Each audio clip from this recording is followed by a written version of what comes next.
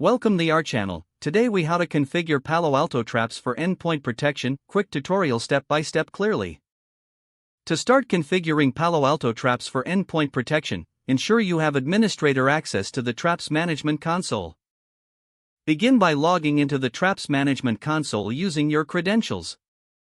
Once logged in, navigate to the Policies tab located in the main menu.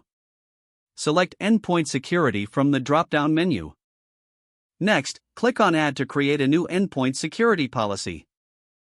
In the policy creation window, assign a name to the new policy for easy identification. Choose the appropriate rule type from the available options. Configure the policy settings according to your organization's security requirements. Ensure to define the target endpoints by specifying the groups or devices you want the policy to apply to.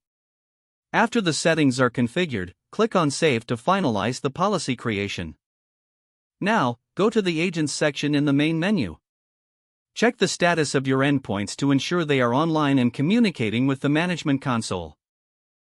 If the endpoints are not visible, verify your network connectivity and ensure the Traps agent is installed on the endpoint devices. Once the agent status is confirmed, proceed to deploy the policy by selecting the newly created policy.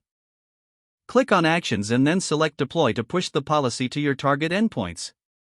Monitor the deployment status and the deployment log to confirm that the policy has been successfully applied. Next, navigate to the Reports section to start reviewing alerts and incidents related to your endpoint security. Regularly check these reports to stay informed about any threats detected by the Traps system. Finally, adjust your policies and settings as needed based on the insights gained from your reports.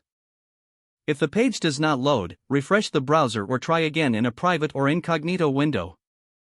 Make sure you are using the correct email address, then retype it carefully to avoid small typos.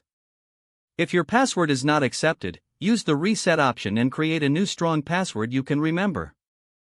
Check your spam folder for verification or security emails, then complete any requested confirmation steps. Enable two-factor authentication if available to improve account security and reduce unauthorized access risk. After signing in, review your profile details so your contact information and settings are accurate and current. If you see an error message, note it down and try again after restarting your device and internet connection. Log out when you finish, especially on shared devices, to keep your account and payment information secure. If the page does not load, refresh the browser or try again in a private or incognito window. Don't forget to like this video and subscribe to our channel for more step-by-step tech guides.